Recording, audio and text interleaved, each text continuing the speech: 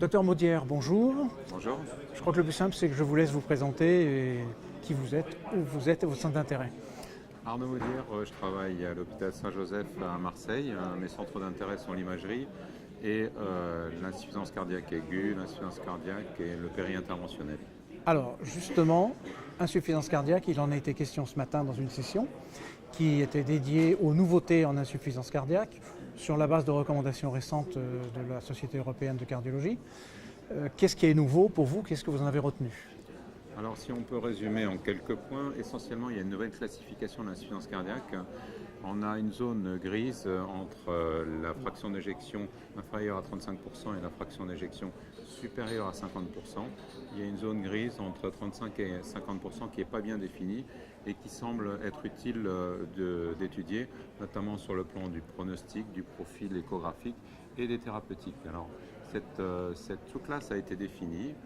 Il n'est pas totalement sûr que cette classe soit liée à une maladie cardiaque autonome ou soit plus vraisemblablement une classe de transition, de transit entre une amélioration vers une bonne fonction ventriculaire gauche ou une dégradation. En tout cas, l'intérêt d'avoir défini cette classe, c'est maintenant qu'on va pouvoir positionner des études sur un sous-groupe de patients qu'on va définir le plus homogène possible, parce que vous savez que le traitement de l'insuffisance cardiaque avec une fraction d'éjection supérieure à 40% est actuellement controversé et on ne connaît pas encore le réel bénéfice, notamment au vu de l'étude Top 4 sortie récemment des anti-aldostérone.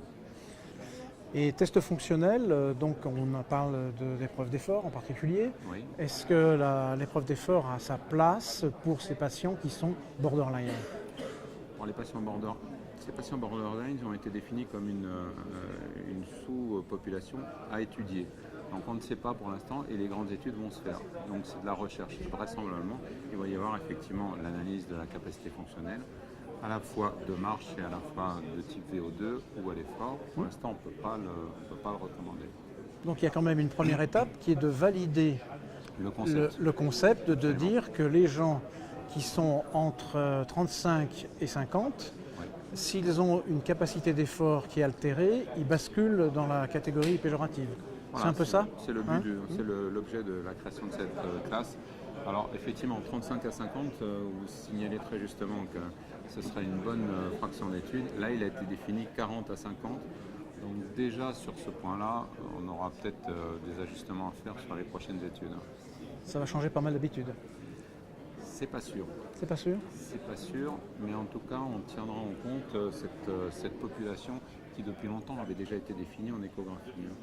Parce qu'actuellement, ils sont tous traités comme des fractions d'éjection conservées. Bon, on va voir. Et sur la fraction d'éjection conservée, est-ce qu'on a progressé récemment? La réponse est pour l'instant non. Mais il y a des travaux qui sont en cours avec des nouvelles molécules, notamment la néprélisine, notamment des médicaments focalisés sur l'analyse du GMPC, notamment les phosphodiesterase 5. Pour l'instant, les résultats sont négatifs. Et vous savez, récemment, l'étude Top 4 a été négative sur l'aldostérone, mais peut-être avec des biais méthodologiques. Donc, il y a encore un petit peu de travail sur ces molécules. Ce dont on a parlé, c'est en gros ce dont vous avez parlé vous-même ce matin. Est-ce que dans cette session, il y a d'autres choses qui ont particulièrement retenu votre attention, sans être exhaustif Alors, effectivement, pour aller de manière assez brève, le deuxième topo faisait l'état des lieux des comorbidités et on se rend compte de cette fraction de population, de fraction d'éjection supérieure à 40%, que la mortalité des gens est emmenée essentiellement par les comorbidités, diabète, hypertension, dyslipidémie, fibrillation atriale notamment, qui est une comorbidité majeure, et pour moitié liée à l'insuffisance cardiaque. Donc c'était le message de la seconde communication. Dans la troisième communication, c'était l'insuffisance cardiaque aiguë. Quelques notions très importantes, c'est que dans l'insuffisance cardiaque aiguë, les patients sont essentiellement congestifs et assez souvent avec un débit conservé. Donc il faut effectivement remettre en cause l'évaluation initiale en échographie et ne pas chercher forcément du bas débit définitif pour parler d'insuffisance cardiaque. Le côté congestif se traite effectivement par les diurétiques ou les vasodilatateurs. Petit point également, les grandes études actuellement, notamment l'insuffisance cardiaque aiguë, ont démontré l'aspect et le côté délétère de l'adrénaline notamment en cas de cardiopathie ischémique, où le vasopresseur recommandé est plutôt la noradrénaline. L'adrénaline entraînant un stress et une majoration d'ischémie.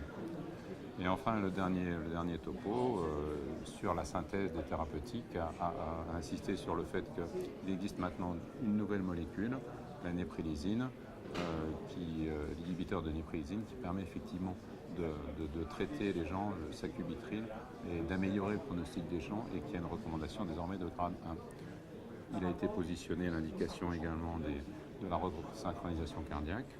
Actuellement, tout est à 130 millisecondes. Et puis, il a également été repositionné l'intérêt d'utiliser les livabradines chez les patients qui ont une fréquence cardiaque élevée.